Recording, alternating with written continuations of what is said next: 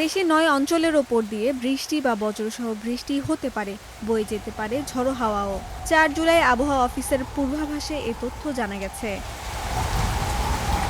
আবহাওয়া অফিস বলছে, ময়মনসিংহ, খুলনা, বরিশাল, পটুয়াখালী, নোয়াখালী, কুমিল্লা, চট্টগ্রাম, কক্সবাজার এবং সিলেট অঞ্চলের ওপর দিয়ে দক্ষিণ বা দক্ষিণ পূর্ব দিক থেকে ঘন্টায় ৪৫ থেকে ৬০ কিলোমিটার বেগে অস্থায়ীভাবে ঝড়ো হাওয়া বয়ে যেতে পারে। এসব এলাকার নদীবন্দরগুলোকে ১ নম্বর সতর্ক সংকেত দেখাতে বলা হয়েছে।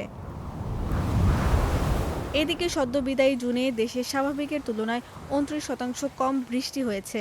পরিসংখ্যান বলছে, গত ৭ বছরের মধ্যে এবারের জুন মাসে সবচেয়ে কম বৃষ্টিপাত রেকর্ড করা হয়েছে। বর্ষার শুরুতে বৃষ্টির এমন ঘাটতিতে তাপদাহে অতিষ্ঠ ছিল জনজীবন। তবে আবহাওয়াবিদরা বলছেন, পরিস্থিতি ধীরে ধীরে বদলাতে পারে।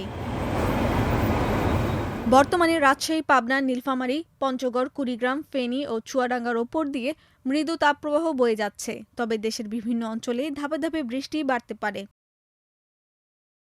আবহাওয়া অধিদপ্তরের পূর্বাভাস অনুযায়ী আগামী ৮ জুলাই পর্যন্ত দেশের বিভিন্ন স্থানে বৃষ্টির প্রবণতা অব্যাহত থাকতে পারে। এতে তাপপ্রবাহ কিছু এলাকায় প্রশমিত হওয়ার সম্ভাবনা রয়েছে।